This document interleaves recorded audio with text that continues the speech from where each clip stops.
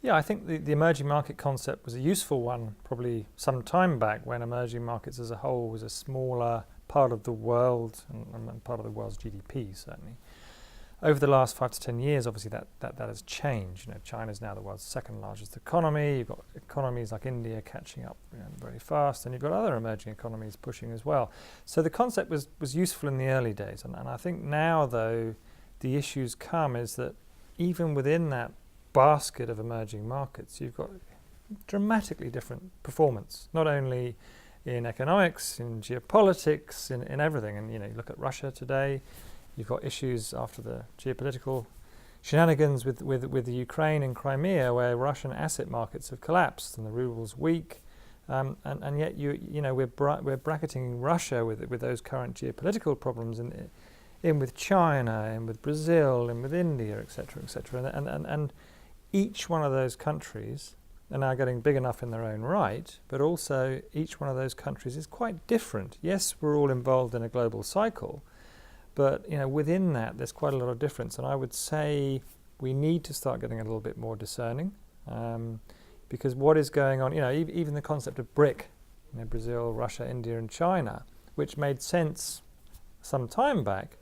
Now, and the reason we never really fancied BRIC is because what we didn't like about Russia and Brazil was their, if you like, a little bit overly reliant on one sector, which is commodities.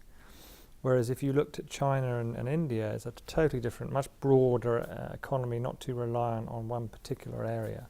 So yes, I think all in all, it is certainly time for a little bit more discernment in the grouping of emerging markets, and we need to look individually as opposed to one mass group.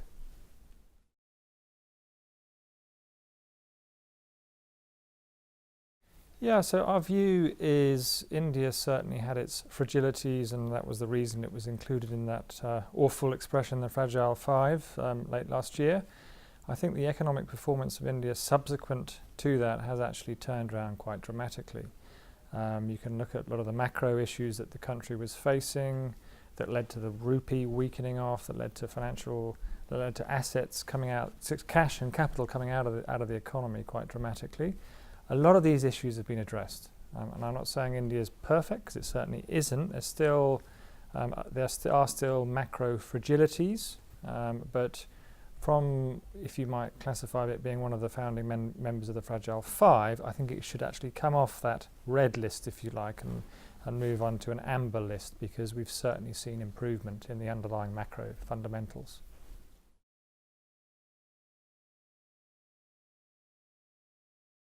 So we've just had two, not regimes, we've just had two Congress-led governments for the last 10 years or so.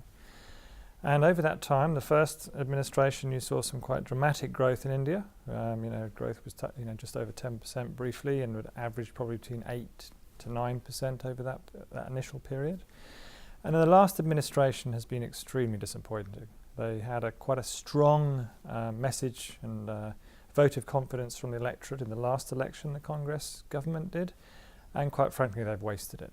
And what's happened is you've seen a whole bunch of corruption scandals, which has led to a breakdown in governance.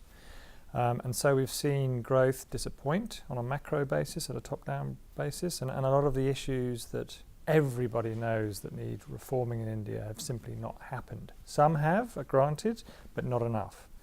And now what really this election offers, we now have a candidate for the opposition party, the BJP, and Mr. Modi, who for the first time perhaps is his main platform centres around economic governance. And the whole idea is the state that he's the chief minister of, which is Gujarat, which is just above Mumbai, the state just above there. That has been one of the best performing states in India, and there's been a lot of change going on there. It's just regarded as a very well governed state. So I think there is the potential that if Mr. Modi and the BJP do well in the upcoming election, that a lot of people are hoping that he's going to be able to basically produce the same sort of results for India as a whole as he's done in Gujarat.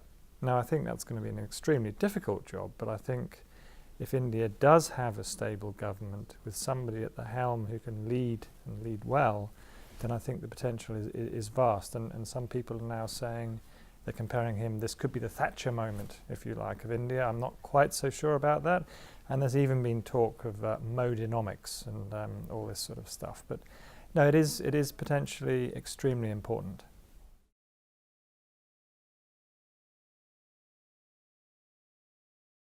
So the corruption scandals, which I touched on very briefly previously, what's basically happened is that everybody knows India has an issue with graft and corruption. It's fairly well widespread throughout society and at all levels of society.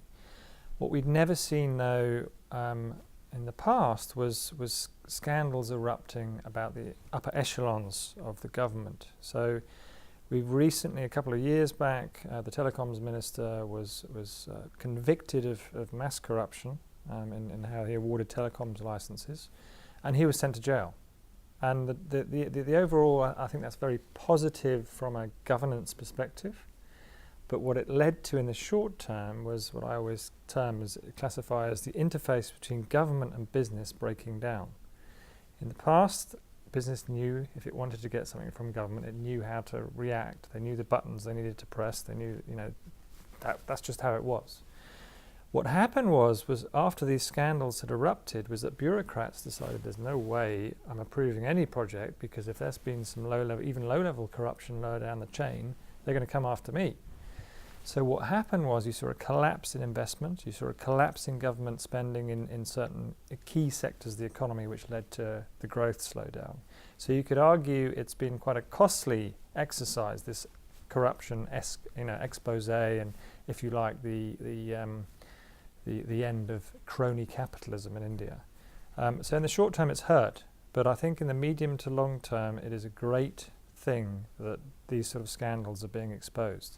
And I think after 3 to 4 years of this problem going on, I think government is now beginning to re-establish ways of doing business, with the private sector in a much more cleaner and transparent manner. So that is certainly much better news, but we've still got the whole issue with graft and corruption in India is still an issue that will take a long time to resolve. But overall, I think it's a great thing that's been happening, from a more medium to longer term story. So it is good news.